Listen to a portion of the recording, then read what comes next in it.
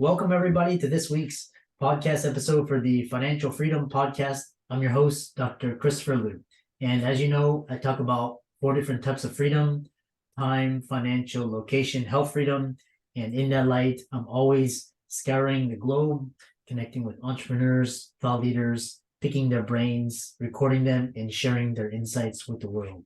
So today we have a special guest. His name is Connor Boyack, and he's an author, he's a public speaker, he's a TV show producer, podcaster, and a libertarian. So what's this episode is going to be a fantastic conversation. It's going to be all about the educational system, freedom,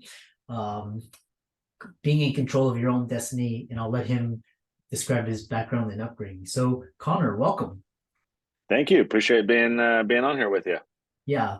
I'm a libertarian myself, and tell us more about yourself and how you got started, and we'll go from there. So I'm what I like to call a full-time freedom fighter. I all day long get to try and solve problems for people and remove laws and regulations and things that are in their way, whether it's a small business owner or a family, just trying to help people embrace and understand the power of having more freedom. So I run a nonprofit. We change laws. We partner with elected officials across the country and get laws changed at a state and local level. And I've been doing that for about 11 years. And along the way, I've written 37 books, I think, sold millions of copies. I think we're almost at 5 million copies now. Created a kids cartoon show. And so the books that I'm most known for are the Tuttle Twins books, which help parents talk to their kids about entrepreneurship and economics and money, things that aren't really taught that well in school at all. And so that's where the Tuttle Twins books could be helpful. And that's kind of what I think, most known for these days. Yeah. Interesting. Because it's quite interesting because I like to talk to individuals such as yourself and really these ideas of freedom and tell us more about your ideas for talking to your kids about the ideas of freedom. What goes on in those conversations? Well, when I first started figuring out how to do that, I had no clue. I turned to Amazon for help. I figured there's books on potty training and there's books on the birds and the bees. Surely there will be books about entrepreneurship and money and the like. And really came up short. There wasn't really anything great, hardly anything at all. And so that was actually the genesis of us doing these books, was to kind of fill that market void and say, let's actually try and do this. And it's very interesting. What I've discovered after doing this for 7, 8 years now with the Tuttle Twins is that kids can learn far more than we give them credit for. It's very fascinating to me how kids just really love these books, like really, really love them. And their parents will often share all these stories like, my kids hate reading, or they resist everything I try and get them to read, but they'll read these books. And that's happened so many times over the years. And so, focus groups and surveys and trying to talk to parents and figure out, why is this happening? Why do kids like learning about this type of stuff? And the leading theory is that, every kid wants to be like a big kid, and every big kid wants to be like an adult. And you have that kind of innate aspiration for, being part of the cool kids club and hanging with the people who are older than you. And so kids have that, but I think a lot of the educational material that they're subjected to meets them at their age. It treats them like a kid. And so, they find it boring. They find it irrelevant. They're not challenged. They're not intrigued. They're not enticed, and our books are not pulling punches. They're teaching real world big ideas. Yes, they're simplified. Yes, they're fully illustrated. Yes, it's a kid's book, but the ideas are very deep, and the words are very big and they're complicated. I mean, we teach praxeology. No other kid's book talks about praxeology, the study of human behavior, or spontaneous order, or all these like economic terms. But through storytelling, it makes sense to kids, and they like learning about it. And so I've learned that the power of storytelling, it's just, the grease, the oil that just keeps everything lubricated. When you teach through story, it lands so much better. And I've learned the importance of actually taking time to talk to our kids about real world ideas that we might think, oh, when they're adults, these are adult ideas. I realized no, we can, and I think we should start when they're younger, give them a foundation, not worry that they're not going to understand because they want to, they like it, and we've kind of vetted that through our model is that they just crave some of these bigger so-called adult ideas. Yeah, interesting. Because a number of my colleagues, they've actually niched down in this area of children's books, and it's always been fascinating to me. But there's actually a large market, and what you're talking about through these storytelling and all of that. One thing is one thing that I have issues with the modern school system. I made it through, but it wasn't without pulling punches or anything. And shouldn't schools be teaching topics in your books such as entrepreneurship, free markets, money, independence, and more? There are schools that do. My children are enrolled in one. It's a private school called an Acton Academy, started by an entrepreneur out of Austin, Texas, years ago, Jeff Sandifer. And so there are school models where they do teach this stuff. Now, the government schools that we like to call public schools, they do not. And if I'm putting on a tinfoil hat for a moment, I think a lot of the people who architected the modern public school system decades ago, they did not want to foster entrepreneurship and independent thinking. People like Horace Mann and John Dewey and some of these guys that were extremely influential in the early days of building the modern school system, they were collectivists, they were socialists, they wanted children to follow orders, they wanted them to be subordinated to the collective will, they wanted them to do what they were told. This, of course, matched very well with the economy of the time because as the industrial era kind of came, the conveyor belt model, the Model T and everything else, right during the progressive era with all these schools coming online, that was seen as a great thing. Hey, we're training workers. They'll sit at their little part of the conveyor belt. They'll do what they're told. They won't go to the bathroom without permission. They'll be a team player. And we've moved past that. Our schools today continue to train kids for an economy that was around a century ago. They're not training them for today's economy, let alone a future one, and understanding the importance of flexibility and innovation and creative thinking and adaptability and all these things. I'll share a very brief story that maybe epitomizes this. Recently, a group was appointed by the president and his team to come together and analyze education in America. How's it going? How are the schools doing? Curriculum and all the rest. It was called the National Commission on Excellence in Education. And, they spent 18 months going across the country, holding public meetings, trying to understand how's it going. They produced this report called A Nation at Risk, in which they go on to say that there's a rising tide of mediocrity in America's educational performance that threatens to overwhelm our institutions. And that if an unfriendly foreign power had attempted to impose on America the very mediocre educational performance that now exists today, we might have viewed it as an act of war. As it stands, we've done it to ourselves. Now, I must confess, I fibbed a little bit. I said that this was recent. This was not recent. This was done in 1983 when Ronald Reagan was the president. 40 years ago, this group felt at the time that we had a rising tide of mediocrity in America's schools. When I do public speaking, I often share this story and I ask people like, who raise their hands? Anyone think that things have gotten better education wise in the past 40 years? And no one typically is brave enough to raise their hand when I ask the question. So to me, for families, for your clients, listeners, everyone else who is interested in financial freedom and helping their kids understand these ideas and so forth, my message is we have to take that into our own hands. We have to, whether you're going to put them in a home, private school or homeschool them or keep them in public school, we have to realize that we can't delegate that to anyone else. These need to be family conversations. These need to be, discussions that we read books like the Tuttle Twins or whatever together, but we have discussions, we do it in the home because we can't assume that the school system is going to do it or do it well. They're not. It's up to us, and we shouldn't delegate that to anyone else to do a piss poor job if they even attempt it at all.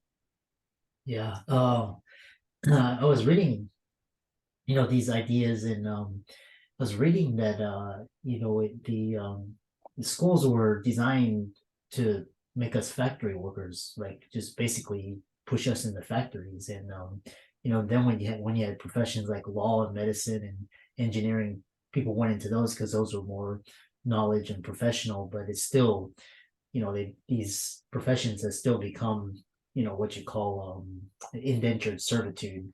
So what it is interesting. We can like we have to take our financial education in our own hands, because this is not taught in schools. They're still teaching us balancing a checkbook, etc. So one thing is, there's this rising trend of homeschooling. Tell us more about that. Well, we definitely saw this during COVID, when everyone was suddenly a homeschooler for a couple of weeks when they shut the schools down.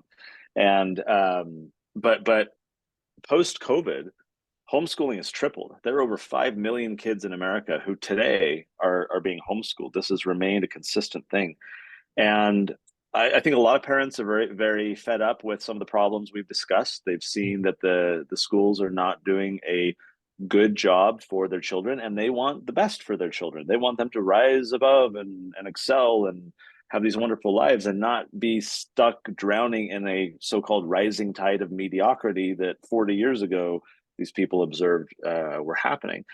And so homeschooling is exploding. You have a lot of what are called homeschool co-ops, cooperatives. These are families coming together and supporting one another in their community, putting on field trips and activities, sharing classes where like different parents can just teach a class based on their expertise.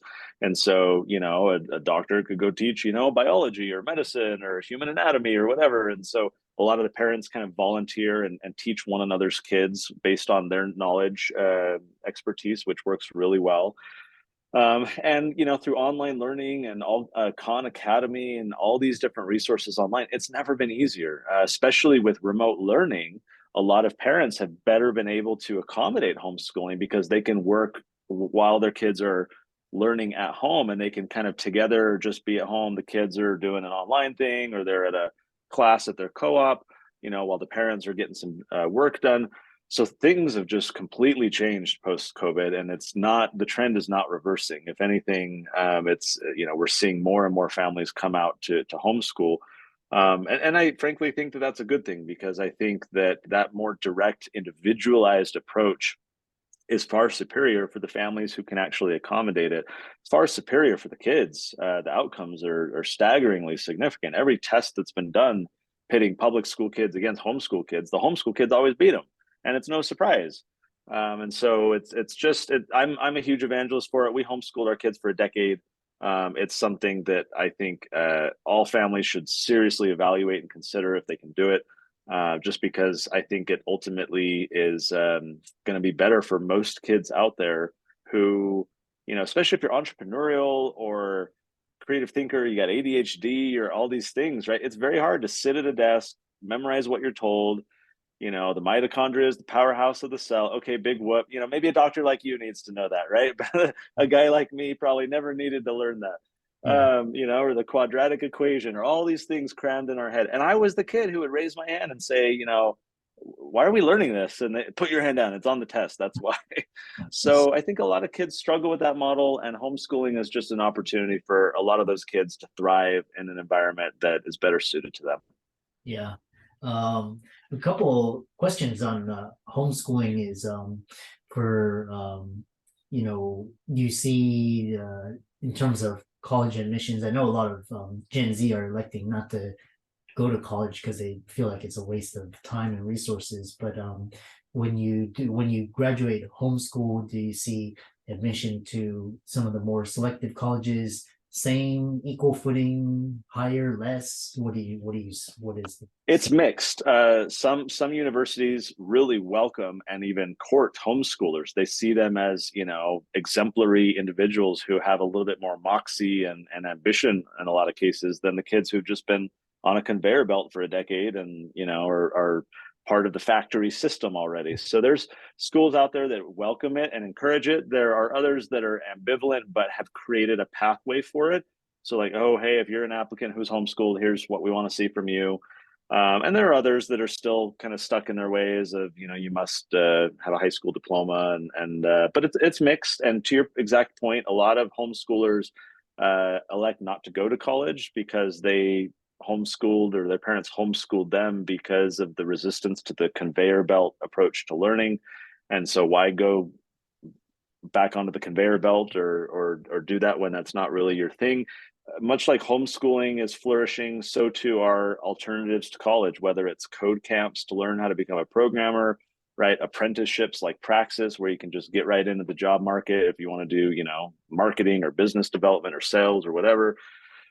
Certainly, if you want to be a doctor or a lawyer or whatever, you gotta, do your time and go through the process. But for a lot of kids, it's the world has never been more abundant with opportunity to explore different pathways that will save them time, money, indoctrination, if you will. And there's a lot of pluses to schools, to college. It's not that I think they're inherently problematic, but as with all things, there are trade-offs, and you have to balance those trade-offs. And so my pitch and plea to parents is just, let's have an introspective, intentional conversation about what's best, rather than just assume, oh, this is what I did when I was a kid and I turned out fine, right? Things are a little different than they were decades ago. And so I think we owe it to our kids to figure out, like, is the path we went through really the best for our kids?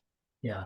And the other question I had is in with even though you have school and these academic programs that are with different intentions and all of that, what about for example, like socialization, learning how to work together, communicate, teamwork, all of that? Yesterday, I was speaking with BJ Fogg, who's the author of the book Tiny Habits. He teaches out of Stanford, done a lot of research on habits. And he and I were talking because I saw him speak a few weeks ago, and he shared how he was doing this project with his students at Stanford that was a collaborative model. They were evaluated together. They had to rely on one another and really, pull their own weight. And the students loved it and started communicating to Professor Fogg that they never had that experience really before, that their entire educational track has been one of ruthless individuality, you might say, right? No sharing, no, because that's cheating, right? No collaboration, no nothing. You're on your own. You must do this all yourself. And he was perplexed by that, because he's like, the real world is not that way at all. Like, your success depends on your collaboration and teamwork and ability to do things. So I love this question that you ask, because to me, it's exactly opposite of what most people assume. Most people assume that the schools are a good environment for socialization and are preparing kids for the real world. I don't think that that's true. I think, as Professor Fogg has seen, BJ Fogg, these kids that go through the school system are not being prepared that way. And if anything, the socialization that's happening on school campuses, I think, is extremely toxic. When you look at bullying and sexual abuse and profanity and vulgarity, disrespect of teachers, physical violence, like all these things, as for me as a dad, when I think about how I might want my kids to be so-called socialized, do I want to place them in a toxic environment just so they toughen up and learn that that's how the real world, like, kids see more physical violence on a school campus than they ever will in their life. And so why would I want to subject personally my son, my kids to that environment? The counter argument would be, well, if you're homeschooled, you're not going to be socialized. My kids are going all over. They're interacting with adults. They're in a homeschool co-op with other friends. There's zero bullying at all because parents are there and there's more meaningful contact. We're going out on field trips and getting behind the scenes tours with entrepreneurs. They're asking these people questions.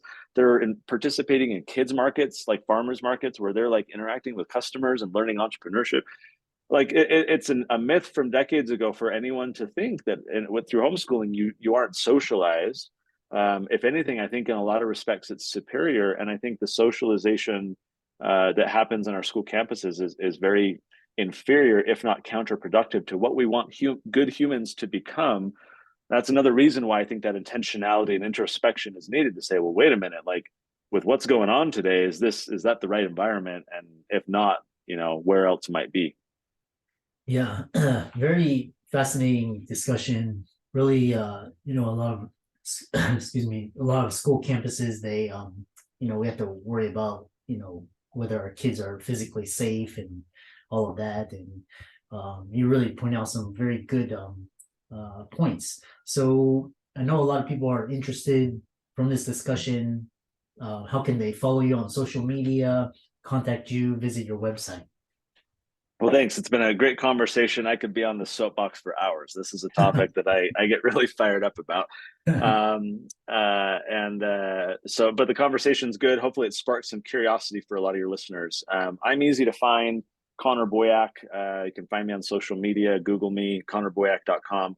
But more particularly, if you're a dad, a grandparent, an uncle, and you want to foster some conversation in your home or with the little ones in your life about financial freedom and political freedom, economic freedom, all the freedoms, would invite you to go to TuttleTwins.com, Tuttle, TuttleTwins.com.